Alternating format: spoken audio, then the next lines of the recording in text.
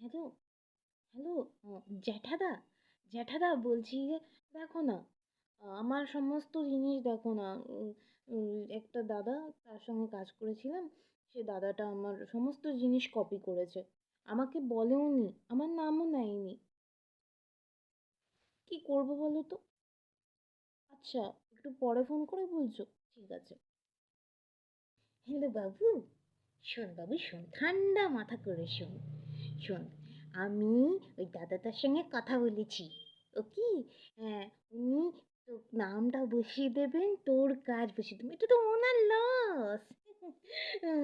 তোর তো কোনো ক্ষতি নেই, একটু উনি বয়স হয়েছে ভুলে গেছে, এই তো। তো তুই তো অনেক বড় মাপের মানুষ, সবাইকে না হয় ক্ষমা করে দিলি। হুম। তো শোন না, আমি ওকে বলেছি তুই ম্যাটারটা জাস্ট চেপে যা, হ্যাঁ? লক্ষ্মী, চল, হ্যাঁ, বলে দিয়েছি, বলে চিন্তা করিস না, আমি চেপে দিই। হ্যাঁ, চেপে যা, চেপে যা, হ্যাঁ, ম্যাটারটা তুই আর জলগুলো করিস না বাবু, ম্যাটারটা জাস্ট একটু চেপে যা।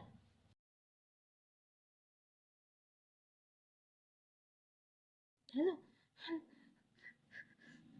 জ্যাঠাদা, জ্যাঠাদা, আমাকে একটা ছেলে খুব ফিজিক্যাল অ্যাবিউজ করেছে, খুব বাজে কথা বলেছে এবং আমাকে ভীষণ হ্যারাসমেন্ট করেছে। কি করবো বলতো? Should I take any steps? ঠিক আছে, ঠিক আছে। কি হয়েছে বাবু, তুই কাঁদছিস কেন? বাবু, শোন শোন শোন শোন, মাথা ঠান্ডা করো, মাথা ঠান্ডা করো। এসব নিয়ে বেশি ভাবে না, এসব তো হতেই থাকে। এত কান্নাকাটি করে ভেঙে পড়ার কিছু নেই, তুমি তো স্ট্রং মেয়ে। চেপে যাও, চেপে যাও, কিচ্ছু হবে না, আমি পরে বুঝিয়ে দেবো। ঠান্ডা, ধীর স্থির হতে হবে, তোমার ধীর স্থির হতে হবে। চেপে যাও, চেপে যাও, বুঝেছো? চেপে যাও। নমস্কার, আমি শুভ্রানী।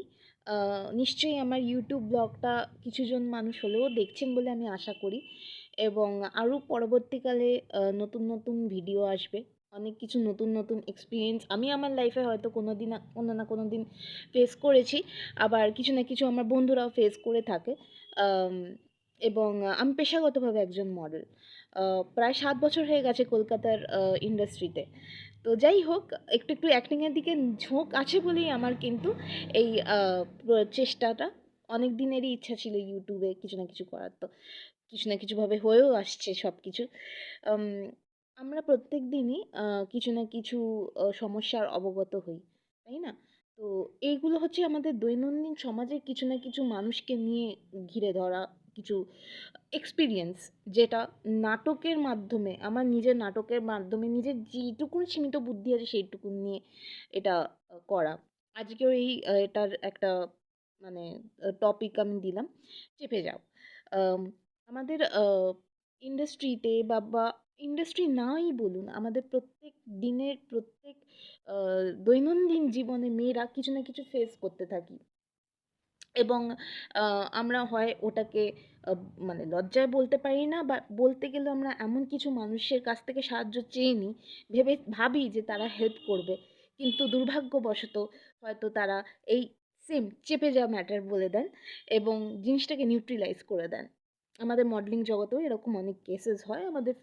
আমাদের ইন্ডাস্ট্রিটা তো গ্ল্যামার ইন্ডাস্ট্রি, আপনারা জানেন, আমার নতুন করে কিছু বলার প্রয়োজন বোধ করে না, এবং এই স্টোরিটার থেকে আপনারা অনেক কিছুই শিক্ষা পাবেন বা বুঝতে পারবেন।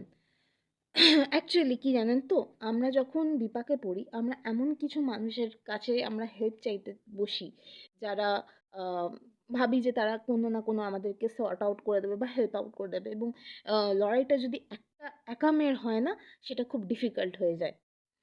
এবং ডিফিকাল্ট বাট ইম্পসিবল নয়। আমার একটাই মেসেজ এই নাটকের থ্রু দিয়ে, যে কোনো না কোনো ইনসিডেন্ট এরকম কোনো কিছু হয়, সেটা অ্যাবিউস হোক, সেটা অনেক রকম হ্যারাসমেন্ট হতে পারে। এই নয় যে একটা ছেলে ফিজিক্যাল অ্যাবিউস করলো বা একটা ছেলে হ্যারাসমেন্ট করলো, হোয়াট এভার, বা একটা চিট করলো। একটাই মেসেজ, মানুষ হিসেবে এগিয়ে আসুন, ব্যাপারটাকে চেপে যেতে বলবেন না।